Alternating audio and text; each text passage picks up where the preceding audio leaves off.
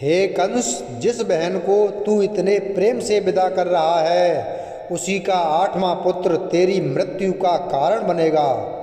महाभारत में ऐसा ही एक पात्र है कंस। कंस को श्री कृष्ण के मामा और एक शक्तिशाली असुर के रूप में जाना जाता है। उसकी क्रूरता इस बात से साफ दिखाई देती है कि उसने अपनी मृत्यु के भय से अपनी ही बहन के बच्चों को जान से मार दिया।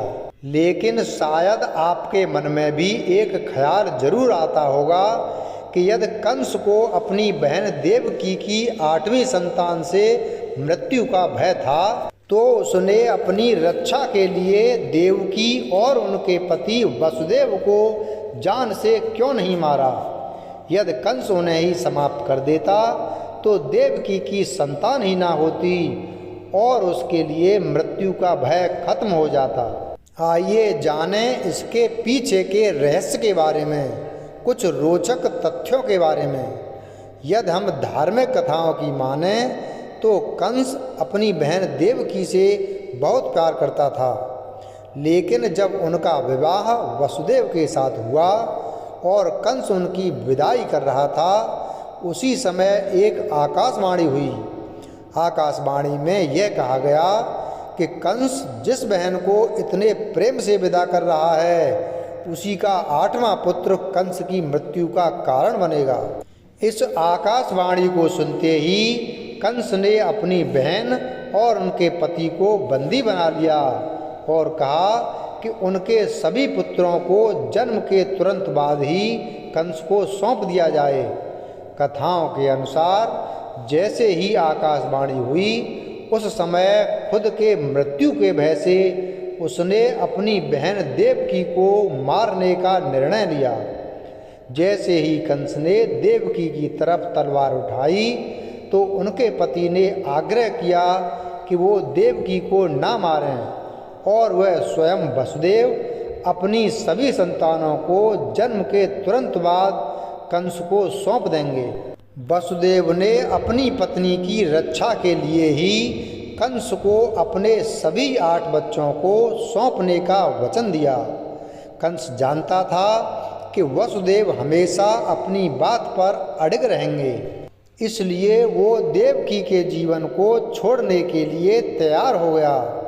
कंस ने देवकी के 6 पुत्रों को उनके जन्म के तुरंत बाद ही मार दिया। वहीं देवकी के 7वें पुत्र को योगमाया ने देवकी के गर्भ से रोहिणी के गर्भ में स्थानांतरित कर दिया और वह आगे चलकर बलराम बने। वहीं जब देवकी के 8वें पुत्र के रूप में श्री कृष्ण जी का जन्म हुआ तब वसुदेव ने उन्हें यशोदा और नंद बाबा के घर पहुंचा दिया और श्री कृष्ण जी कंस के प्रकोप से बच गए। यदि हम पौराणिक कथाओं की बात करें तो आकाशवाणी सुनने के बाद कंस ने यह निर्णय लिया कि वो देवकी के 8वें पुत्र का ही वध करेगा। लेकिन उसी समय नारद जी प्रकट हुए और उन्होंने कंस को भ्रमित कर दिया कि देवकी का 8वां पुत्र गिनती के हिसाब से पहला भी हो सकता है। तब कंस को यह विचार आया कि यदुवंश के सभी लोग देवता थे और देवकी के गर्भ से पैदा हुए बच्चों में से कोई भी विष्णु का अवतार हो सकता है। मृत्यु के डर से कंस ने वसुदेव और देवकी को जंजीरों से जकड़ लिया और एक एक करके देवकी के 6 पुत्रों को मार दिया। लेकिन जब 7वीं संतान के रूप में शेषनाग माता देवकी के गर्भ में पधारते हैं तब श्री हरि योग माया की सहायता से उन्हें माता रोहिणी के गर्भ में स्थानांतरित कर देते हैं। इसलिए बलराम का एक नाम संकर्षण था।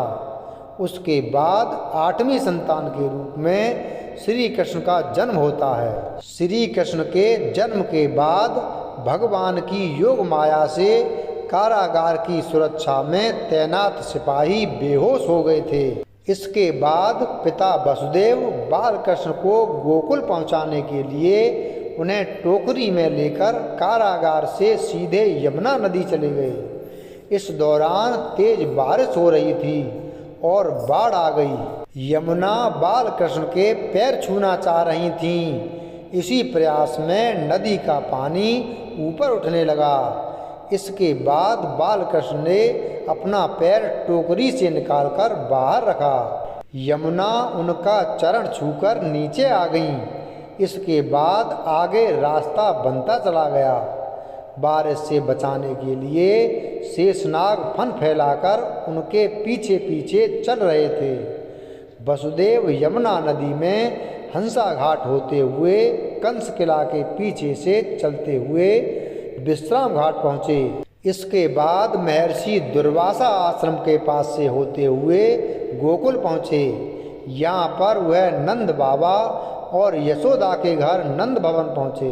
वसुदेव ने बाल कृष्ण को यहाँ छोड़ा और वहाँ से कन्या को लेकर वापस यमुना नदी से 15 किलोमीटर चलकर कारागार पहुँच गए। इसके बाद कारागार के फाटक अपने आप ही लग गए और सभी सैनिक जाग गए और देवकी की गोद में बच्चे को देखकर सैनिकों ने कंस को जाकर सूचना दी कि देवकी के संतान हो गई है। इसके बाद कंस आता है और उस कन्या को देवकी की गोद से छीनकर जैसे ही दीवार पर पटककर मारने की कोशिश करता है, वैसे ही वह कन्या कंस के हाथों से छूटकर आकाश में चली जाती है और कहती है कि हे कंस, तू मुझे क्या मारेगा? तेरा मारने वाला तो गोकुल में जन्म ले चुका है। श्री कृष्ण की वो बाल लीलाएं जिनके बाद लोगों ने उन्हें भगवान माना। उंगली पर उठाया पर्वत। एक बार इंद्रदेव ने अहंकार में गोकुल में इतनी बारिश कर दी कि गांव डूबने लगे। ग्वाल बाल मनुष्य सभी के प्राण बचाने के लिए श्री कृष्ण ने बहुत छोटी उम्र में एक उंगली पर गोवर्धन पर्वत को उठा लिया। सभी ने अपने प्राण बचाने के लिए गोवर्धन पर्वत की शरण ली। कृष्ण 7 दिन तक भूखे इसी तरह खड़े रहे। इस तरह कान्हा ने इंद्र का घमंड चूर चूर किया। कृष्ण की इस लीला को देखकर सब हैरान थे। कृष्ण के मुँह में दिखा ब्रह्मांड। एक बार खेलते हुए बाल गोपाल ने मिट्टी खा ली थी। बड़े भाई बलराम ने कान्हा की इस हरकत का जिक्र मैया यशोदा से किया। जब मैया ने कान्हा का मुंह खोलकर देखा तो उन्हें समस्त ब्रह्मांड दिखाई दिया। कृष्ण की इस लीला को देखकर माँ यशोदा आश्चर्यचकित रह गईं। पूतना को दी सजा। पौराणिक कथा के अनुसार कंस ने श्री कृष्ण को मारने के लिए पूतना को भेजा। पूतना भेष बदल कर आई, लेकिन बाल गोपाल उसे पहचान गए। जब पूतना ने अपने वक्ष पर विष लगाकर कान्हा को दुग्ध पान कराया तो श्री कृष्ण ने उसके वक्ष से ही प्राण खींच लिए और राक्षसी पूतना का वध कर दिया। कालिया नाग को सिखाया सबक। कहते हैं यमुना नदी पर कालिया नाग ने कब्जा जमा लिया था। उसके जहर से यमुना काली पड़ गई थी। एक बार खेलते हुए कान्हा की गेंद नदी में चली गई। उसे लाने के लिए श्री कृष्ण नदी में कूद पड़े। कान्हा और कालिया नाग के बीच भयंकर युद्ध हुआ। श्री कृष्ण लीला देखकर कालिया नाग उनके आगे झुक गया, जिसके बाद वह उसके फन पर नाचने लगे। जन्म के समय हुआ चमत्कार। श्री कृष्ण ने कंस के कारागार में जन्म लिया और इनका जन्म होते ही कारागार के दरवाजे खुल गए और प्रहरी गहरी नींद में सो गए। आकाशवाणी हुई कि बाल गोपाल को नंद के घर पहुंचा दें और नंद राय की नवजात कन्या को लेकर आ जाएं। ये थी कृष्ण की पहली अद्भुत लीला। जय श्री कृष्ण। राधे राधे। वीडियो अगर पसंद आया हो तो वीडियो को लाइक करें, चैनल को सब्सक्राइब करें और बेल आइकन प्रेस करें। धन्यवाद।